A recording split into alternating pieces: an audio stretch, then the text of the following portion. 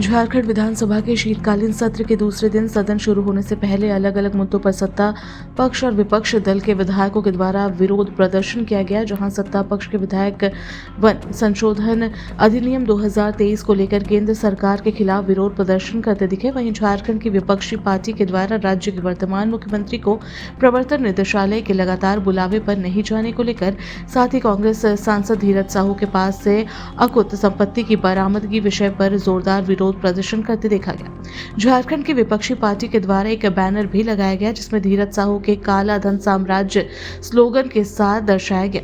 One संशोधन अधिनियम 2023 को लेकर केंद्र सरकार के प्रति विरोध कर रहे झारखंड के सत्ताधारी पार्टी के विधायकों का कहना है, हमारी पार्टी और हमारे घटक दल का ये मानना है कि भारत के वन संपदा को कॉर्पोरेट को सौंपने की तैयारी चल रही है। इस प्रकार का अधिनियम लागू होने से पेशा कानून के उल्लंघन की भी संभावना है।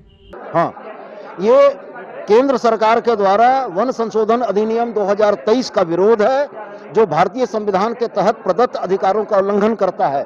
हम इस बात का विरोध कर रहे हैं कि ग्राम सभाओं के अधिकारों को सीमित किया जा रहा है। सरकारी पदाधिकारी अब वनों की प्रकृति को बदलने में सक्षम होंगे और हम ये मानते हैं कि पिछले दरवाजे से, चोर दरवाजे से कॉर्पोरेट को भारत की वन संपदा को सौंपने की यह साजिश चल रही है, जिसका झारखंड मुक्ति मोर्चा और हमारे तमाम सहयोगी दल विरोध करते हैं। ये पूरा ही का पूरा ऑब्जेक्शनेबल है। मसले इसमें यह है कि ग्राम सभा के अधिकारों को सीमित कर दिया गया है। पर्यावरणीय आकलन के लिए ग्राम सभाओं की कोई मंजूरी की आवश्यकता नहीं बची है और सरकार के अधिकारी वनों की प्रकृति को बदल देंगे। वनों पेशा एक्ट का उल्लंघन का संभावना है और सबसे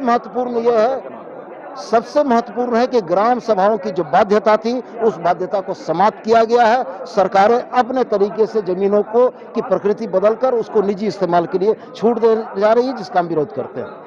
वहीं ईडी और केस कांड मामले को लेकर विरोध प्रदर्शन कर रहे झारखंड की विपक्षी पार्टी के विधायकों का कहना है कि सरकार को केस बरामदगी और प्रवर्तन निदेशालय की कार्रवाई का मुखरता से आगे आनी चाहिए, नहीं तो हम विपक्षी पार्टियों का सदन के अंदर और सदन के बाहर विरोध प्रदर्शन लगातार जारी रहेगा। चाहते हैं कि ईडी की जो कार्रवाई हो रही है उसमें सरकार कोऑपरेट करे। 500 करोड़ रुपए अगर कैश बरामद हुए हैं तो सरकार उसका सोर्स बताए, और जब तक सरकार इन सब चीज़ों में मुखरता के साथ जवाब नहीं देगी तो मुझे लगेगा कि सरकार बहाने बना रही है।